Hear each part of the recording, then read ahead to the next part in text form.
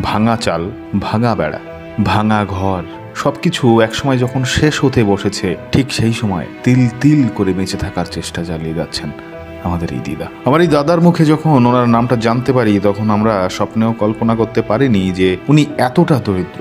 ওনার আসলেই কিছু নেই।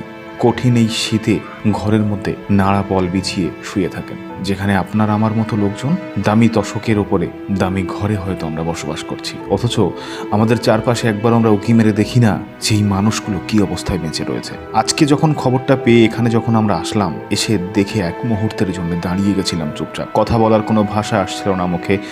সত্যজিৎকে বললাম, তুমিই বলো। কিছুটা কথা জিজ্ঞাসা করে, কিছুটা জানতে পেরে সেখান থেকে তড়িঘড়ি বিদায় নিলাম, কারণ ওই দিনই আমরা আমাদের যে সাহায্যগুলো সেগুলোও করে গেছিলাম।